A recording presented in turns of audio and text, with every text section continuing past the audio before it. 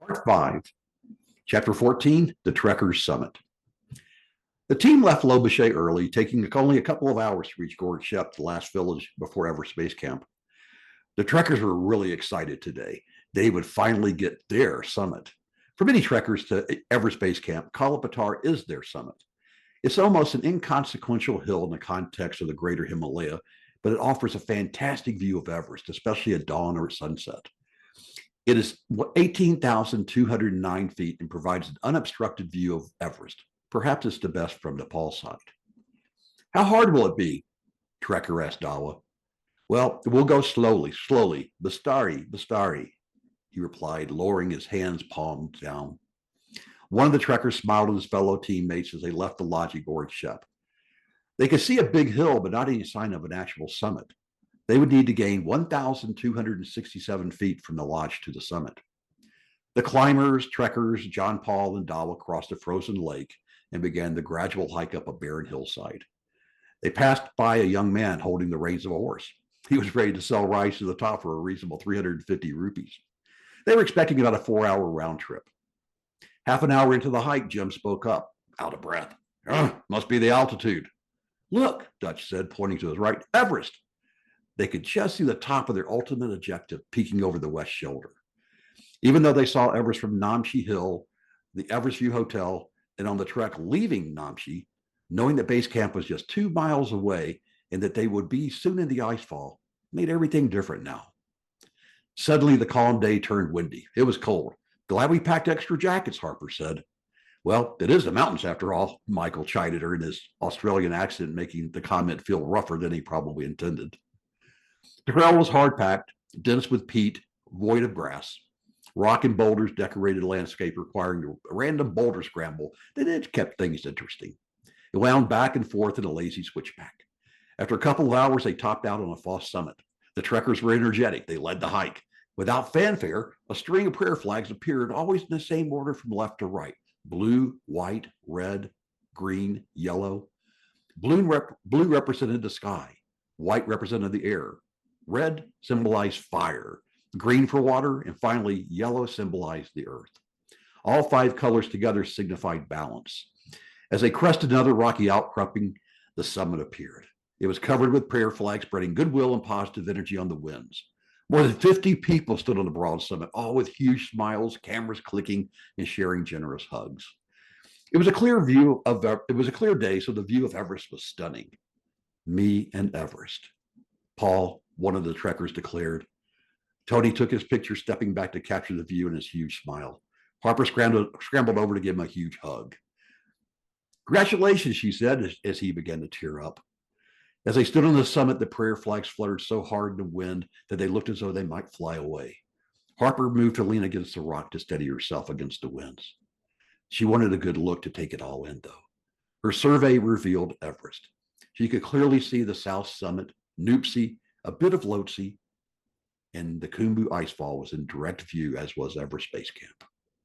As Harper looked back down valley, Amanda Blom stood proud. Her head dropped as she pondered what she was seeing, what she was attempting. She thought of Mark, her husband, and her kids. Now Harper looked at Everest as a climber, not as a trekker. Then for a moment, the winds calmed. John Paul spoke to no one in particular. I've been making this trip for 10 years now, and it never gets old, and it's always a thrill. The view of Mount Everest does not get any better from this side. No wind for now and clear skies. It can't be beaten. Looking up at the summit and thinking of all the times and all the efforts I spent on that beast brings back so much emotion that it's hard to put into words. But I can promise you this, the connection you make after you summit with Everest is a bond that'll last forever. I take pride in sharing what I've learned, what I've experienced.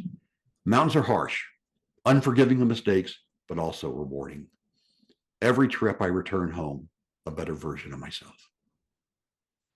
As the team returned to Gorg Shep, Dawa announced, good news, the icefall doctors have the route into camp too, through the Western Khum.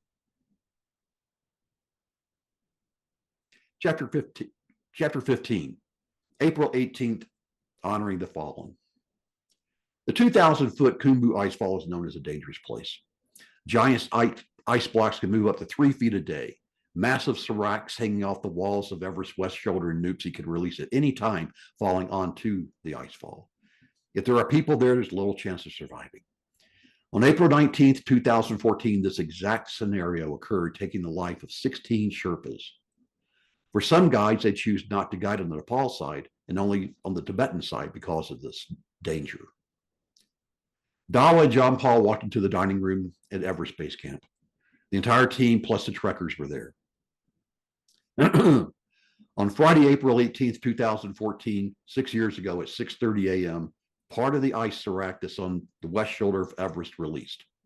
There were Sherpas in the icefall. The ladder had collapsed and the icefall doctors were headed there to replace it. The Sherpas ferrying gear to Camp 2 chose to stay there, most not wanting to return to base camp. However, with no warning, a deluge of car and house-sized ice blocks fell directly on top of them. Dawa paused, remembering his brother, who was there that day. John Paul picked it up. 16 Sherpas lost their lives that Friday. Now, each year on April 18th, all activities pauses to honor our family and friends. While everyone seems stoic and focused on their jobs, there will be tears just below the surface. Harper lifted her head and glanced around the table. The team was silent, taking in what they had just heard. "I'm so sorry, Dawa, about your brother," Harper said softly. He nodded without looking up. Just as Harper felt at the Climbing Sherpa Memorial a couple of days ago, she struggled with a range of highly mixed emotions. Is it fair to ask the Climbing Sherpas to do the work they do? Are they paid enough to compensate for the risk? Who takes care of their families when an incident occurs? Should anyone be climbing these dangerous peaks anyway? The questions were not new. They've been asked since the days of Mallory and Irvine, and many of the answers remain unchanged today. Did anything change after 2014 for the climbing Sherpas? Michael asked. Dawa tried to explain the complexities of the Nepali government, politics, ethnic issues, and jealousy. He said the families of the 2014 tragedy received about $5,000 from the Nepal government. It's a considerable sum of money in this impoverished nation. Still, it created ill will towards the climbing Sherpas from the other ethnicities throughout Nepal. Also, however, the life insurance was increased after that incident to $16,400. The climbing Sherpas ended the 2014 a few days after the tragedy. They created a list of demands for improved working conditions for the government, but almost none were approved. Dawa continued. You see, the real problem is the Nepal government is always in transition. We have a new minister of tourism every couple of years, and that person does not honor the rules put in by the one before. So they start all over. Also, climbing Sherpas are viewed as rich people. We are Buddhist and most government officials are Hindu. So that's another difference making understanding difficult. The loss of life in 2014 was unparalleled and reached deep into their culture. The elder Sherpas were devastated by the loss of life, and everyone knew someone who died in the Sherpa community. Then the earthquake occurred in 2015, only a year later. That took another 11 lives of Sherpas. They were all at base camp when the avalanche hit. Dawa added, yes, we climbing Sherpas have a choice. We can choose not to climb, but there's not many options for us who want to live here in the Khumbu and other valleys to make a living. Jim was in deep thought as he listened to Dawa. He'd been on Everest last year and drew on his experience. You know, that serac is still up there. It's been there for decades, if not centuries. I understand there's a huge piece hanging on by a thread. All the autumn expeditions last year got scared off. They left. But has it fallen? Should we not risk going through the icefall this year? He was correct. He knew how slow he was last year, and this year he felt even slower. He struggled to get up Kala Patthar, but they were there and he was committed. It felt too late and too early to give up now. We'll be going earlier than usual, leaving Everest Base Camp at 2 a.m. when everything is frozen. We'll try to go fast. There'll be few breaks. We've got to be efficient, John Paul lectured his climbers. Also, this year, we'll use helicopters to ferry ropes and anchors for the fixed line to Camp 2 to the summit instead of having the climbing Sherpas carry them. That'll reduce their exposure by hundreds of loads. Dawa nodded knowingly. Okay, tomorrow we'll do some refresher training here at base camp. You know, crampon techniques, climbing steep snow walls, crossing ladders. Come to breakfast ready, John Paul announced. The couple held hands tightly as they went back to their tent. Michael and Jim felt stiff, tired, like they shouldn't be there. Tony had made a friend and Dutch walk back to the tent area. Man, that was tough to hear, Dutch said. I can't believe Dawa lost his brother. Harper crawled into her tent. One by one, she looked at pictures of Mark and her kids that she had put on the storage wall in her tent. She stared at them for a long time. The photo of her family on the beach, all four of them, laughing, everyone so happy. Harper remembered the time like it was today. She took out the satellite phone out of her duffel and she pressed the number 1 button. It's preset with Mark's telephone number. Honey, I miss you. Chapter 16, settling into base camp. The Mount Everest guides team of climbers and trekkers and a few climbing Sherpas left Gorik Shep for the 2-hour walk to Everest Base Camp. The trail followed the Khumbu Glacier as it trickled down from the icefall in the western Khum. The rocky lateral moraines, their sides pushed up by centuries of flowing ice, towered for a few hundred feet in places. They were all dirt-covered ice. It was hard to realize the ice was still moving. Navigating between the many yak trains ferrying gear to Everest Base Camp and hundreds of other climbers and trekkers, the scene felt chaotic, busy, not serene and straightforward as some of the previous days. Harper felt her anxiety increase as the frenetic pace followed suit. Okay, everybody, listen up. It's pretty crowded today. There'll be several large trekking teams on day trips going to base camp. So let's slow down, let's take our time, and let's not let this get to us, John Paul told the group during a break. We'll end up at 17,500 feet, so tonight's going to be a tough night. The highest sleep thus far. So remember, hydrate, hydrate, hydrate. Her last few steps into Everest Base Camp brought out a mixture of feelings. Welcome. Harper was surprised to have a personal greeting. It was Dawa. He had gone ahead to make sure camp was ready for their charges. Please let me introduce you to Mingma. He'll be your personal climbing Sherpa. This moment was the first of many times Harper would look into Mingma's bright eyes and see his contagious smile. There was a confidence that she immediately recognized. No, that she immediately felt. He took her hand in a firm handshake and repeated, I am Mingma. I'll be your personal climbing Sherpa. Dawa continued introductions. Mingma has summited Everest 17 times, and he's been over 50 expeditions all around the world, not just Everest.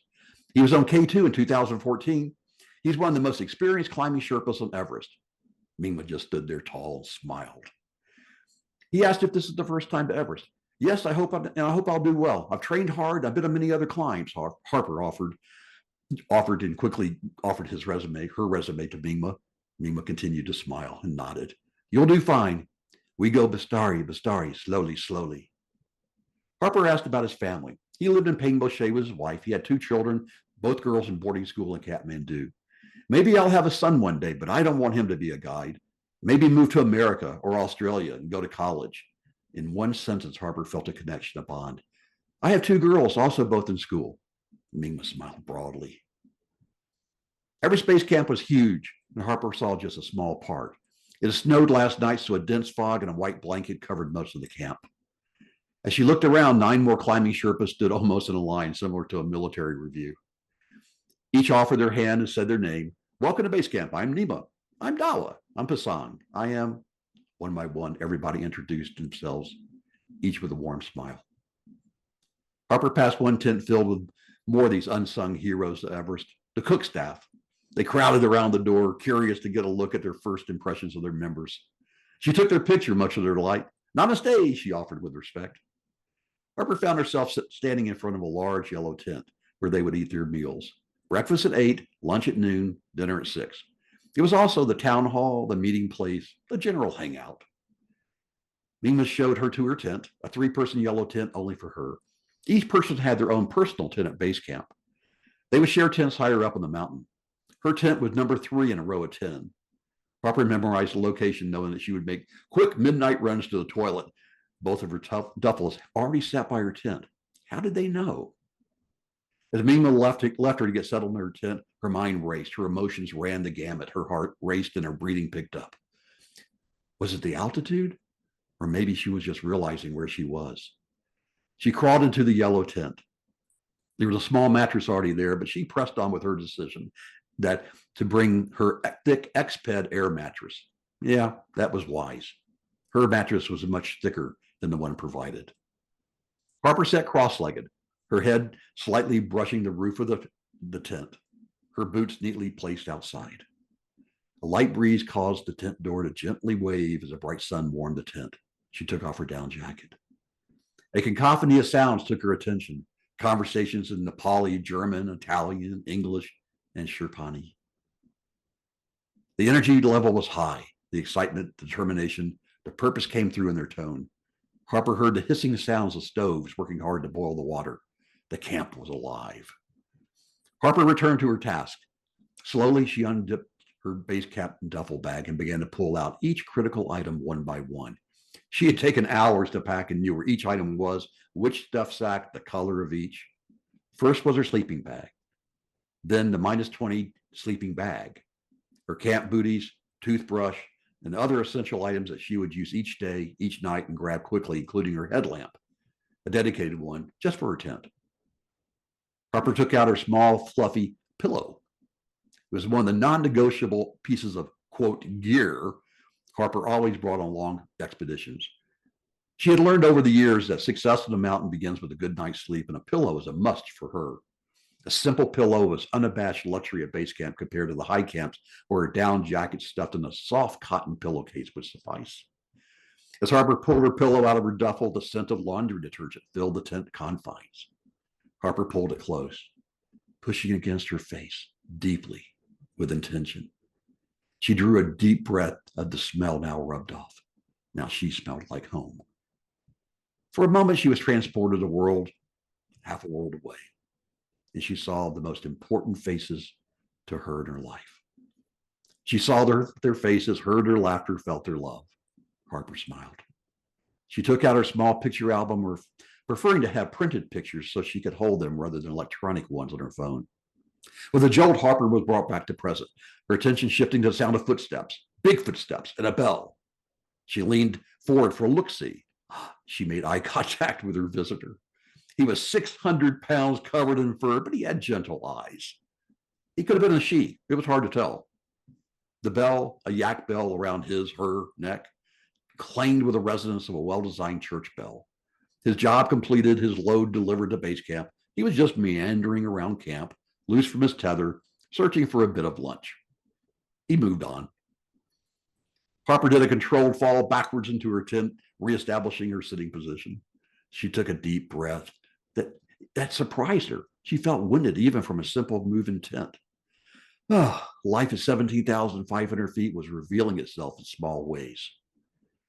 Harper moved over her sleeping bag. Lying down, her head on her pillow, she closed her eyes. The breeze encouraged the prayer flags to spread their goodwill. The sounds were a confirmation that she was in Everest Base Camp. In her tent, that would be her sanctuary, her refuge for the next month. Her mind drifted as she sunk into the down. The sounds blended, encouraging her trance. She felt at peace. She had completed the first leg of her long journey, and now the time was to begin the next leg. Hey, how's your tent? It was Dutch in the tent right to her, next to her. What's that sound? Harper poked her head out of the tent, looked left. It was Snore, aka Michael.